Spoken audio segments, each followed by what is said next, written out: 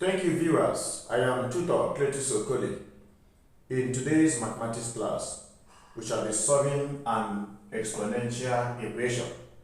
And the question is given to us to solve 125 raised to 6 raised to x is equal to the square root of 5. So we are expected to get the value of x, what the value of x should be. Therefore, I encourage you to watch till the end. If it is your first time of watching my video, subscribe to my channel for more videos. God bless you. We dive in. From solution to this question,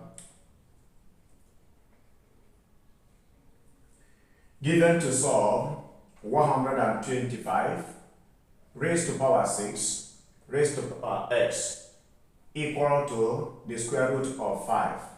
That is the question.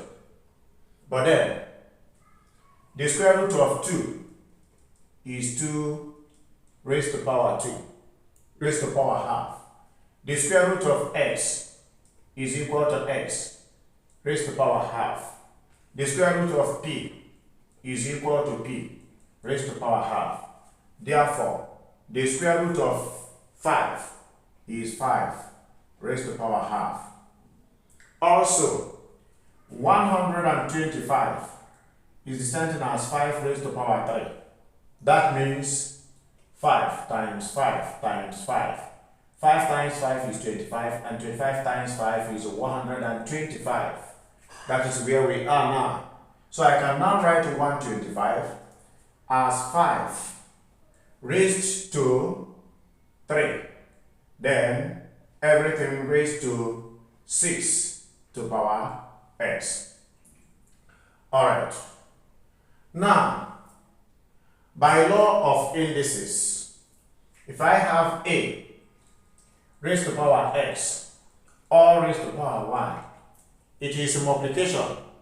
We call it the power law of indices. X will multiply y to give us x raised to power, a raised to power xy. That is x multiplied by y. So, my x is 3 and my y is 6 to power x. So I am going to multiply 3 by 6. And this will give me 5 to the power of 3 multiplied by 6 to power x equal to 5 to the power of 1 all over 2.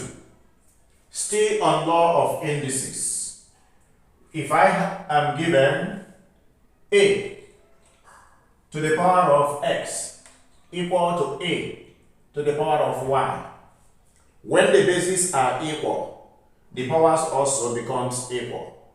What it means here is that x is equal to y. Beautiful. That is, the powers becomes equal because the bases are the same.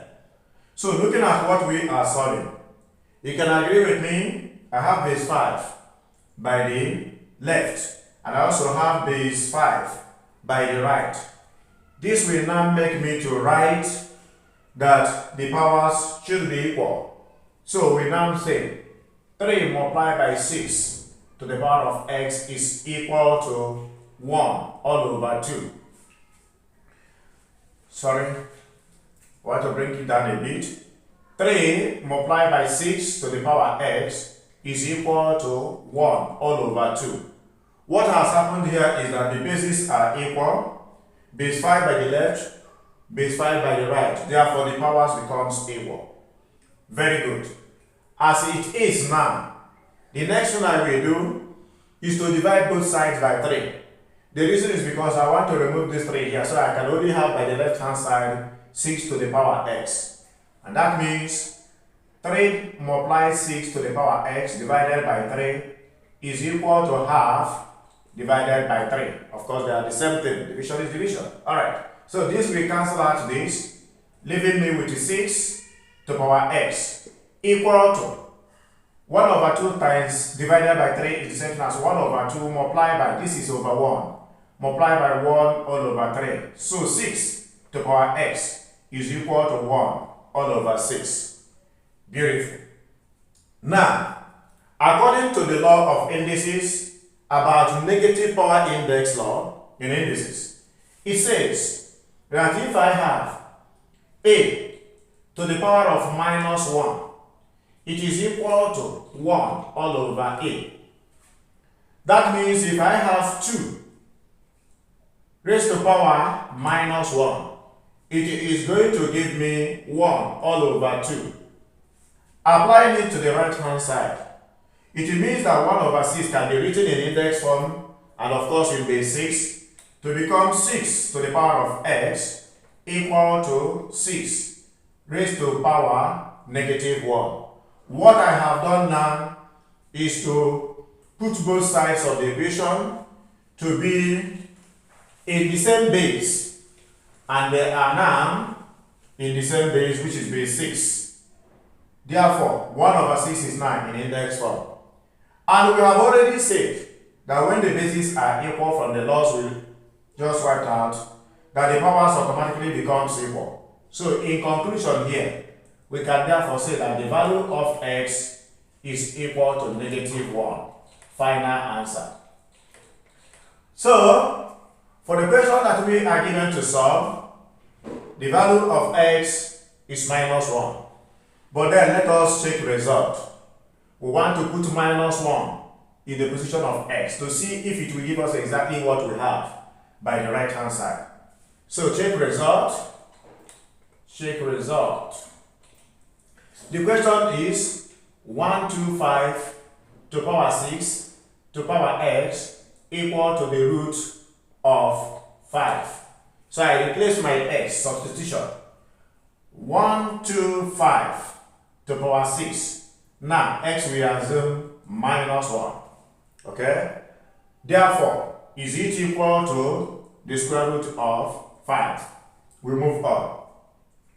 But then, remember when we started, we said that 125 is the same thing as 5 to power 3. So I will write 125 in index form and of course in base 5 as 5 to the power 3, then power minus 1. Will this give us the square root of 5? That is what we are doing. So I have written 125 in index form and that is 5 to power 3. Good. And we also said, while we are solving it, that the law of indices states that we should multiply these two. Okay? That is, remember a to the power x into y, which is axy, a to power xy. So the two of them will multiply. But before that, the negative power index says that a to power negative 1 is equal to 1 all over a. So I can write my 6 to power minus 1 as 1 over 6. And that is what we got it here to be. So I can now write that 5 to the power 3.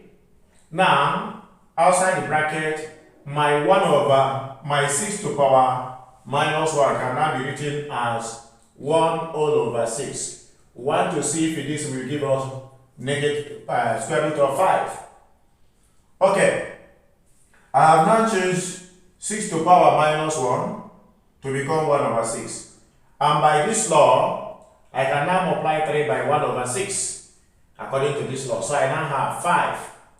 Then 3 times 1 over 6 will give me 3 all over 6 equal to minus 5. That is what we are trying to see, that the right hand side and the left hand side becomes equal. But 3 over 6 is the same thing as power half. So I write 5 to the power of half is equal to the square root of 5. So you can see that two of them are equal, because from the starting, we express our root 5 as 5 to power 2. So we can simply say that the square root of 5 is equal to the square root of 5.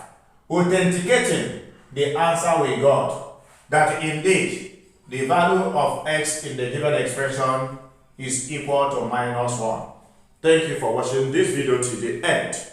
Meanwhile, if it is your first time of watching my video, kindly subscribe to my channel for exciting videos like this. Meanwhile, like my video and God bless you.